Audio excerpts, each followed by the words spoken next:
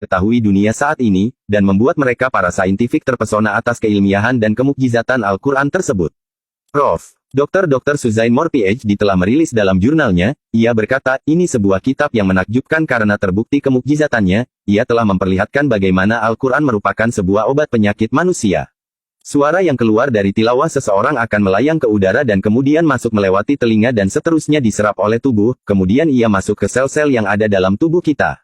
Suara yang terdengar dengan irama dan frekuensi tertentu mengandung informasi spesifik sehingga dapat memberi rangsangan kepada sel-sel dalam tubuh kita. Al-Quran yang tersusun secara sistematik dengan irama yang indah karena bacaan yang tartil dan pengulangan kata-katanya sungguh menakjubkan karena ia membuat sel-sel dalam tubuh kita bisa melawan penyakit-penyakit yang berbahaya, dengan bahasa yang menyentuh, ternyata mengandung informasi spesifik pada setiap ayat-ayatnya. Dengan informasi yang spesifik ini bisa membuat sel-sel yang sakit menjadi sembuh. Hasil penelitian terkini seperti yang diungkapkan Prof. Dr. Abraham Nicole PhD, bahwa sel-sel darah merah yang telah dibacakan ayat-ayat Al-Quran dengan bacaan tartil artinya bacaan yang indah dengan memakai kaidah tahsin tajwid, ia memperlihatkan respon tertentu. Sehingga sel-sel kanker pun bunuh diri. Bahkan virus autoimun pun lenyap. Terbukti dari hasil penelitian Prof. Dr. Victor Iron PhD USA. Penelitian lainnya membuktikan bahwa sel-sel kanker ganas menjadi normal kembali dengan bacaan ayat-ayat Al-Quran. Di samping itu penelitian memperlihatkan bahwa media sifa yang paling baik untuk Al-Quran adalah air putih, madu, minyak zaitun, air zam-zam dan makanan alami yang sangat banyak ragamnya di dunia ini, ia bisa menjadi media sifa gelombang energi dari sebuah bacaan Al-Quran. Manfaat membaca Al-Quran bagi kesehatan. Menurut sebuah survei yang dilakukan oleh Dr. Al-Qodi di Klinik Besar Florida, Amerika Serikat, berhasil membuktikan hanya dengan mendengarkan ayat suci Al-Quran, baik mereka yang mengerti bahasa Arab atau tidak, ternyata memberikan perubahan fisiologis yang sangat besar. Termasuk salah satunya dapat menangkal berbagai macam penyakit. Hal tersebut dikuatkan lagi oleh penemuan Muhammad Salim yang dipublikasikan Universitas Boston.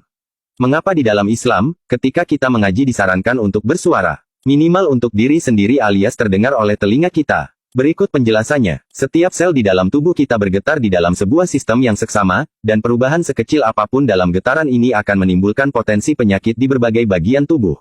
Nah, sel-sel yang rusak ini harus digetarkan kembali untuk mengembalikan keseimbangannya. Hal tersebut artinya harus dengan suara. Maka muncullah terapi suara yang ditemukan oleh Dr. Alfred Tomatis, seorang dokter di Perancis. Sementara Dr. Al-Qodi menemukan bahwa membaca Al-Quran dengan bersuara, memberikan pengaruh yang luar biasa terhadap sel-sel otak untuk mengembalikan keseimbangannya.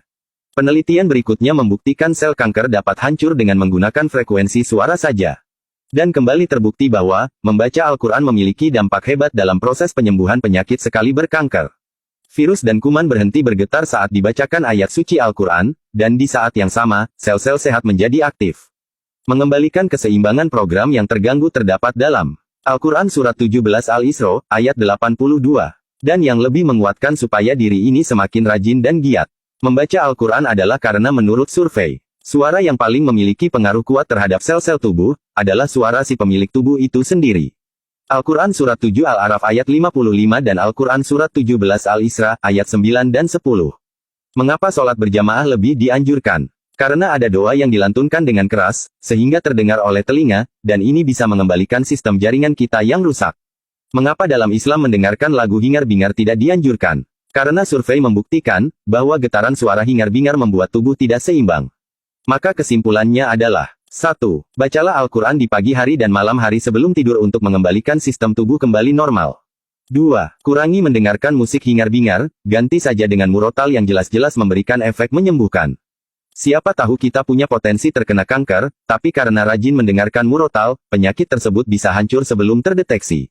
3. Perbaiki baca Al-Quran, baca dengan tartil, penuhi hukum tajwid karena efek suara kita sendirilah yang paling dahsyat dalam penyembuhan. Dengan hanya tilawah yang baik dan tartil tajwid tahsin maka kesehatanmu akan terjaga. Insya Allah. Semoga bermanfaat, amin.